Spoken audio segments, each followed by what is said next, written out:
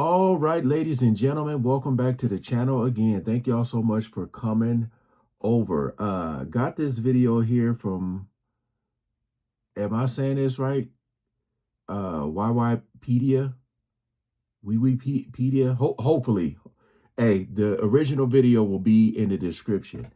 I came across this video and it made me very, very curious because I was like, me and my wife used to go to Hooters all the time because mainly because she loved the wings. Matter of fact, one of our first date, our first one-on-one date was at Hooters. I had never had it before, and she wanted to go there, so we went. The title of this video says, Why Nobody Wants to Go to Hooters Anymore. I honestly don't know what the hell happened. It used to be one over in West Covina that I believe shut down. But hey, we're here and we ain't wasting no more time. Let's jump right into it. Over 300,000 women have worn these orange shorts and tank tops since 1983 while serving chicken wings to dudes pretending they're coming for the sports atmosphere. These women worked as waitresses in a restaurant that literally started as an April Fool's joke between 6 Florida friends thinking it would be hilarious when their stupid idea failed. Plot twist, it didn't fail. It made them millionaires. It's like texting your ex "I miss you" as an April Fool's joke and ending up married with a mortgage. These accidental geniuses invented an entire category of restaurants called breastaurants, and I swear I'm not making this up. Your kids will learn about it in business school. They went from one joke restaurant to 420 locations worldwide. They defeated a $22 million lawsuit from the US government using methods so ridiculous that Congress started laughing. They even started their own airline because why not fly when you're already selling chicken wings? Today they're filing for bankruptcy because of one little mistake. And it's probably not what you think. It's not because of cancel culture or whatever your uncle blames everything on, so buckle up, because this story is about to get more uncomfortable than your dad suggesting Hooters for your mom's birthday dinner. It is October 2025, and you are watching Wikipedia. And holy orange shorts! We just crossed 10,000 subscribers. To all the new subscribers who just joined this beautiful disaster, welcome to your new favorite bad habit. Now, hold on now. He said we just passed 10,000 subscribers. This video I'm watching right now is from 3 months ago. As of today, they're at 53,000 subscribers. So shout out to them. Let me go ahead and hit that subscribe button and like the video. Hey, keep grinding. For all of y'all who are out there starting the channel, man, as long as you're passionate about something, go ahead and press play. I try to tell people all the time. Wow. Now part of an elite group of people with questionable taste in YouTube content. Oh, and apparently YouTube added this new hype thing that's supposed to help small channels like mine compete with Mr. Beast. So if you think your boy deserves some hype, go ahead and smash it, but only if you actually enjoyed the video. Don't inflate my ego for nothing. It's already operating at dangerous levels after hitting 10K. Alright, enough begging for internet validation. I wasn't exaggerating when I said this started as a joke. 6 friends in Clearwater, Florida with 0 restaurant experience filed incorporation papers on April Fool's Day, 1983. I'm looking at a comment here that I just can't ignore because it's like right here in my face. It says, 1, people don't drink beer and socialize like they used to because of the internet. And 2, pretty girls don't work there anymore because of OF. What y'all think? They literally chose April 1st because when it failed, they could say, "It was just a prank, bro." Their combined restaurant experience was eating at restaurants. That's it. And all they wanted, and I'm quoting them directly here, was a place they can't get kicked out of. That's the entire business plan. So they built their ultimate man cave.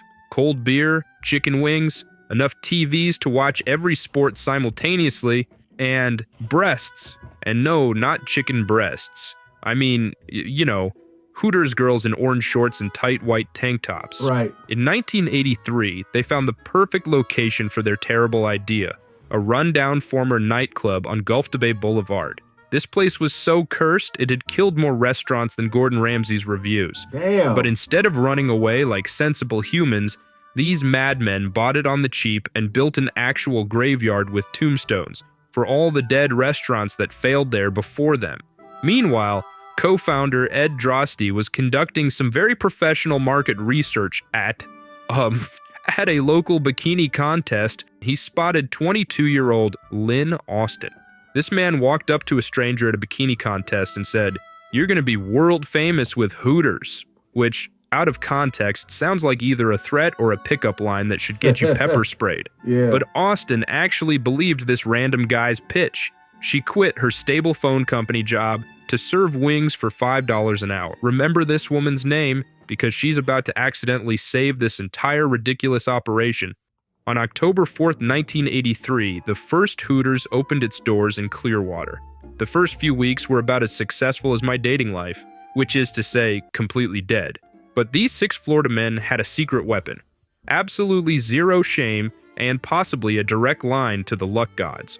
Ed Drosty kicked off their marketing strategy by squeezing into a giant chicken costume and running through traffic. But Drosty wasn't done. When a boat sank near Clearwater, normal people called the Coast Guard. Drosty grabbed spray paint and swam out to tag Hooters on the wreck. He literally turned a naval tragedy into free advertising. And remember Lynn Austin? She became Playboy's Miss July 1986. Oh. Suddenly, Hooters was in every teenage boy's hidden magazine stash across America. Wow, so she became Playboy, and now everybody probably want to come there to see her. Like I said, we used to go there and have those wings. They were pretty decent. My wife loved them. She loved them. But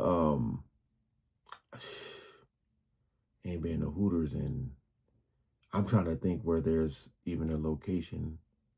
Wait, is there one in Anaheim? I haven't been there in so long. That's marketing money can't buy.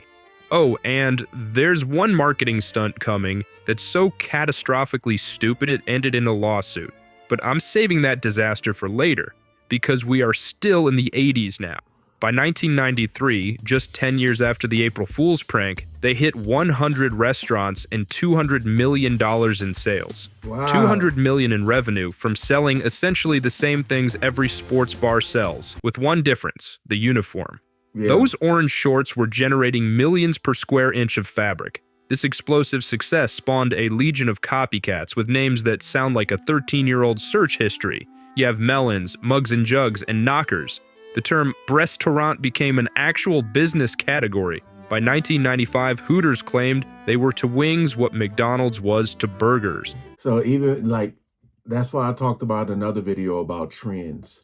How trends just like, of course, social media wasn't what it is today, but Hooters, like, I guess they were the first ones to start this trend. And then everybody was like, we got to capitalize on this, and I don't even know if any of these I ain't never heard of these other places. But yeah. And these copycats were the "we have McDonald's at home" of restaurants. I can hear you whispering behind your screen now, saying, this is going suspiciously good. What could go wrong? And that's a very good question, my dear smart viewers. By the early 90s, Hooters discovered that building a business on orange shorts might attract some legal attention. Feminist groups looked at Hooters like I look at my credit card statement, with horror and disbelief. Lawsuits started dropping. The 1993 Minnesota case was particularly spicy. 3 ex-waitresses claimed the work environment was more hostile than a Twitter comment section. Without getting my video demonetized, let's just say the workplace culture needed adjustments. Yeah. Their attorney demanded Hooters change its name and cover up its servers. You're basically asking them to delete their entire business model. But wait, these lawsuits were just the tutorial level. The main course of legal disaster was about to be served by the actual US government. The bigger war was with the US EEOC. These are the people who make sure nobody discriminates at work. In 1991, someone at the EEOC was having a slow day and decided, wait a minute, where are all the male Hooters girls? Hooters had this crazy policy where men could be cooks, managers, bartenders, but not Hooters girls, which, given the name, seems obvious. Like it's Yeah. literally called Hooters girl, not Hooters person, but the EEOC wasn't having it. After 4 years of investigation, 4 years of your tax dollars investigating orange shorts, they declared in 1995 that, and I quote, "no physical trait unique to women is required to serve food," which is true. They demanded Hooters pay $22 million to disappointed male applicants whose dreams of being Hooters girls were crushed by biology and corporate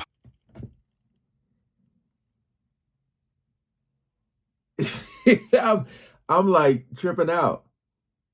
Like there were actually men who wanted to be a Hooter girl or just a Hooters server. I didn't even know. I didn't know that it ever existed. I thought they were going to say more on the line of like, how could I say this? Someone who didn't have, up top wasn't, you know, it wasn't as revealing up top. I don't know, the rate the what was real up there, what wasn't, you know, but it seemed like they had something up there. Y'all know what I'm trying to say. I thought that would be more to with the discriminating, you know. Wow. policy. 22 million is a lot of money and it could break the peak of the business. Well, let me explain how they turned getting sued by the government into their best marketing campaign ever. Instead of quietly settling like a normal company, Hooters spent $1 million on what I can only describe as the greatest comeback in corporate history. They hired a burly, hairy dude named Vince and put him in the full Hooters girl uniform. Then came Operation Save Our Jobs, which sounds like a military operation, but was actually 100 Hooters girls invading Washington, D.C. These women Wow. were handing out free food to anyone with a pulse and a press badge. Public opinion did a complete 180. The EEOC went from righteous defenders of equality to the fun police trying to put hairy men in short shorts. By 1996, the EEOC basically said, you know what, never mind, and moonwalked out of the courtroom. They dropped everything. They entered the 2000s like a champion boxer who just won by punching the referee himself. By 2003, Hooters had more than 400 locations, and someone at corporate had apparently mixed Red Bull with spicy chicken wings because they announced, "We're starting an airline." Hooters Air was real, and it was spectacular. They put Hooters girls in orange shorts at 30,000 feet where it's colder than your ex's heart. The routes? Perfect for cheating husbands. Wow. Atlanta to Myrtle Beach. Honey, it was the only available flight. Yeah, sure, Kevin. After burning $40 million in 3 years, Hooters Air crashed in 2006. Not the planes, thankfully, just the business. But plot twist. While their airline was failing at altitude, their restaurants were printing money at sea level. By 2008, Hooters was pulling $500 million annually. One busy location could make $3 million a year selling 200,000 wings. Wow. They were literally unstoppable. Survived the government, failed at flying, but still swimming in cash. What could possibly go wrong? Oh right, that marketing stunt I mentioned that became a lawsuit. It's time for the Toy Yoda incident, and trust me, it's dumber than starting an airline. In 2001, a Florida Hooters manager wakes up and chooses violence. He announces a contest. Whoever sells the most beer in a month wins a brand new Toyota. These waitresses went feral.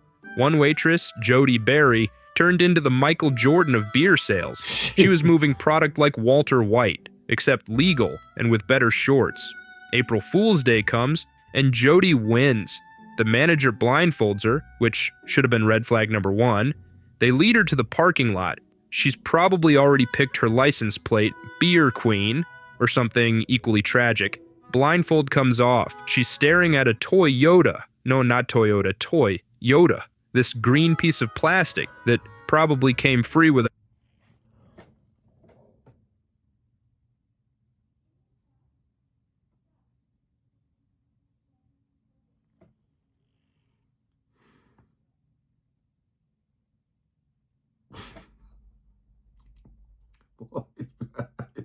Toy Yoda.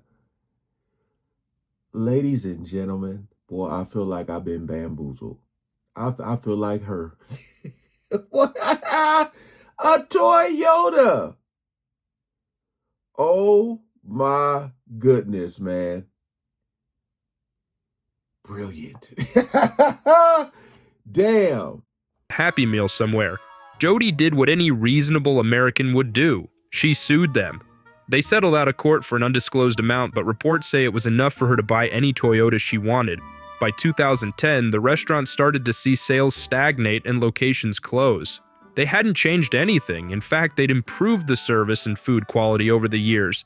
So what went wrong? Can you guess? Yes, you, the viewer who is watching me right now while probably eating something you shouldn't be. If you haven't figured out why, let your favorite YouTuber, Wikipedia, explain. After 2010, the world was changing fast. The new generation, millennials, they're just different. Okay, Wee, and what does that have to do with Hooters? Well, I'm trying to keep this family friendly, but there's no other way to say this. Let me tell you about a certain adult website that rhymes with corn tub. This totally legitimate research website released data showing that people ages 18 to 24 were searching for, let's say, chest content significantly less than older generations. They were more into things like authentic connections and emotional availability. Disgusting, I know. In response, Hooters tried marketing more heavily on fantasy football leagues and game day promotions, figuring cleavage wasn't the draw. Between 2012 and 2016, the number of Hooters restaurants in the US dropped by more than 7%, and same-store sales flatlined harder than my heart rate during cardio. Desperate times called for desperate measures. Hooters tried everything. They modernized the decor, they added salads to the menu. Salads at Hooters. That's like adding a library to a nightclub. In 2017, they launched Hoots. And no, I'm not making this up.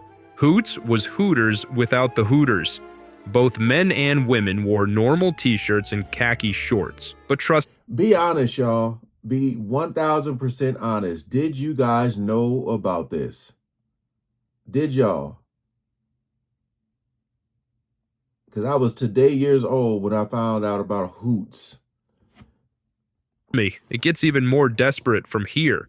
In 2021, after years of trying to appeal to families and women, Hooters management had a meeting where someone said, you know what? Let's do the exact opposite of everything we just tried. They introduced new uniform shorts that violated several laws of physics. These weren't shorts. They were a philosophical question about the minimum amount of fabric required to technically be clothing. The Hooters girls immediately went to TikTok. The videos blew up so hard that within 72 hours, Hooters announced the new uniforms were optional. Meanwhile, while Hooters was having their fabric shortage crisis, Buffalo Wild Wings quietly stole their crown as America's wing champion. How? By using this revolutionary business strategy called selling good wings. So here we are, 2025, and America's Gen X beloved Hooters is filing for bankruptcy. How did we get here? Surprisingly, the big reason is not what we mentioned before, although that played a role. The real villain? Private equity. Let me explain private equity like you're 5. Imagine your lemonade stand makes $10 a day. Private equity comes in, buys your stand with borrowed money, then makes you pay back that loan from your $10. Now, you're making $10 but owe $15. Congratulations, you're broke, but they're rich.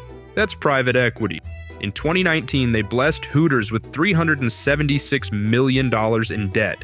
Debt from literally just existing under new ownership. Then inflation showed up like an uninvited relative. Wings became more expensive than therapy. Beer prices jumped higher than a cat seeing a cucumber.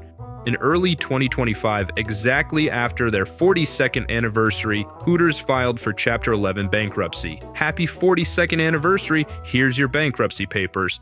Now, Chapter 11 isn't we're dead bankruptcy, it's give us a minute to figure this out bankruptcy. Think of it like hitting pause on a video game when you're about to lose. Here's how it works. The judge basically becomes your financial therapist. The company keeps running, wings keep frying, orange shorts keep, shorting? But they get to pause their debt payments and sell stuff to raise cash. As of mid-2025, about 200 US restaurants and 60 international locations will remain open, so loyal customers can breathe easy, the orange shorts aren't going extinct. And you know what? This whole Hooters disaster has inspired me. I'm opening my own restaurant. Introducing Wee Wings. Where the wings are mid, the service is questionable. Instead of orange shorts, our servers wear full winter parkas and ski masks. Because mystery is sexy, right? Our signature feature. Every table has a screen showing my subscriber count in real time. When it goes up, you get a free wing. When it goes down, you pay me emotional damages. Speaking of terrible decisions, hit the like button if you think Wee Wings would outlast Hooters. Drop a comment with your terrible restaurant idea. Best one gets, absolutely nothing, because I'm broke. But I'll heart it, and that's basically currency in 2025. Oh, and don't forget the hype.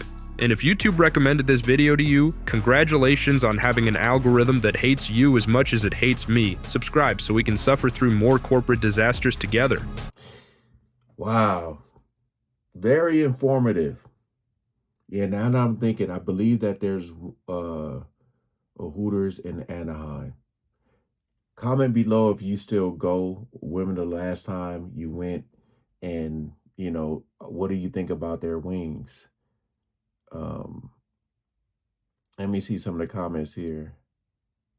Someone said the quality of the waitress also dropped. Went from solid 7 to 8s with a 9 or 10 thrown in to 4s and 5s. Hey man, five is average. That's what they say.